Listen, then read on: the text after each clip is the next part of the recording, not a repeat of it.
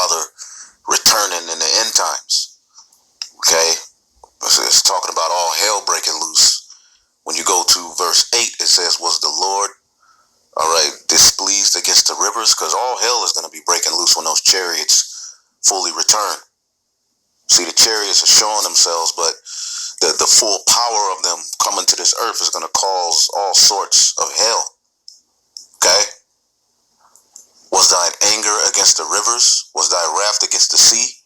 That thou didst ride upon thine horses and thy chariots of salvation.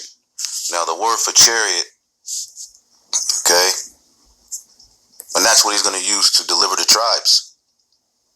Okay, you get the book of Revelation 11. It says, after we woke up, okay, and fulfilled our lot, preaching and all of that, all right, there's going to come a voice saying, come up hither, and they're going to ascend into heaven into a cloud. So what are they going to ascend to? An actual cloud? Well, you go to the book of Ezra, 2nd Ezra, the 13th chapter. It describes it as a big, gigantic mountain. Okay? And then when you go to Revelation 19, it says that other angels, other chariots are going to follow Yahweh, man, in the clouds. So it's going to be a whole big host of them, but then there's going to be one gigantic one as well. Now, the word for in horses is symbolic of power. The word for chariots, okay, in the scriptures is Marakab. All right, Marakaba or Makara or Rakab is another one as well. Okay, it says chariot. Then you go to the root word. All right, Marakab or just Rakab, chariot. Place to ride, riding seat, chariot, seat, all right, of a litter, saddle, all right. So just as man has been given, the particular understandings on how to build airplanes and jets and helicopters, well, the Heavenly Father, all right, through his only begotten Son, they have technology, they have vehicles. And a lot of people don't want to believe it because it's so far beyond what they thought and what they believe. But just like on the left hand, these devils are deep and they have what do you think we have on the right hand side? And the chariots are just the beginning of what we're getting ready to receive, man, and the power that we have. Okay, now when you get into prophecy, what does it say? There's more chariots than there are what these Edomites and different heathen have, who are fighting against us. It's more of us than it is of them. Okay?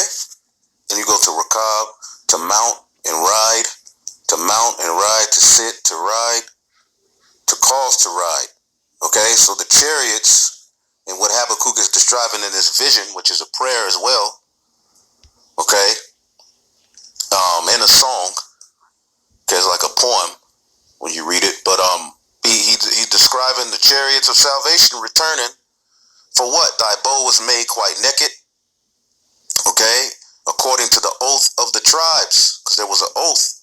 He swore on his name that he would deliver us and give us that land, right? Even thy word, Selah, thou didst cleave to the earth with rivers, man. Okay? Let's keep going down. Verse 12, thou didst march through the land in indignation. Thou didst thresh the heathen in anger. All right. Thou wentest forth for the salvation of thy people, even for the salvation with thine anointed. Thou woundest the head out of the house of the wicked by discovering the foundation unto the next. Selah, meaning he's coming to take down you Edomites. Okay. So to mock the chariots, okay, and to mock, how the Lord is going to return, okay? Isaiah 31:5, as birds flying, so will the Lord of hosts defend Jerusalem. Okay, read that in the NLT, as the Lord of heaven's armies will hover over Jerusalem and protect it like a bird protecting its nest. So it's likened it unto something in a carnal sense, but this is what's going to happen in the spirit. This is going to happen, man.